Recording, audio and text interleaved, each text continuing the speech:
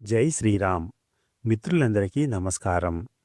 వైకుంఠ ఏకాదశి రోజున ఉపవాసం ఎందుకు చేయాలి? ఈ వీడియోలో చూద్దాం.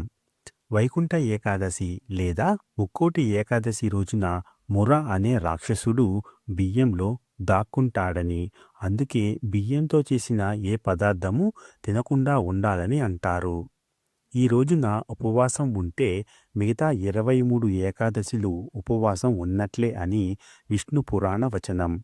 ముర అంటే తామసిక గుణాలకు, హరిషడ్వర్గాలకు ప్రతీక. వీటిని ఉపవాస జాగరణల ద్వారా జయిస్తే సత్వగుణం లభించి ముక్తి మార్గం ఏర్పడుతుంది.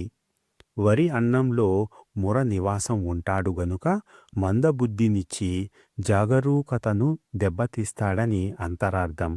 ఒకరోజు భోజనం చేయకుండా తరువాత రోజు చేయడం వల్ల జిహ్వకు భోజనం రుచి తెలుస్తుంది.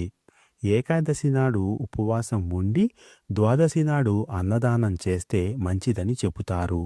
పూజ, జపం, ధ్యానం లేక ఉపవాసం మొదలైన సాధనల ద్వారా మాధవునిపై మనసు లగ్నం చెయ్యాలి. ఏకాదశి రోజు పాటించవలసిన నియమాలు.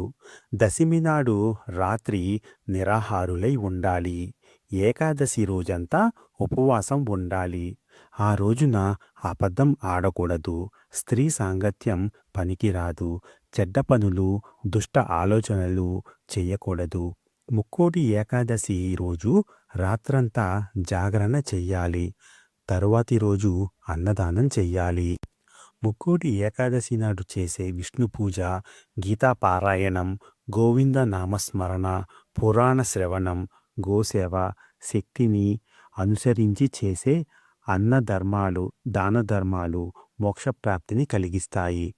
మిత్రులందరికీ వైకుంఠ ఏకాదశి శుభాకాంక్షలు. ఓం నమో నారాయణాయ. ఓం నమో నారాయణ.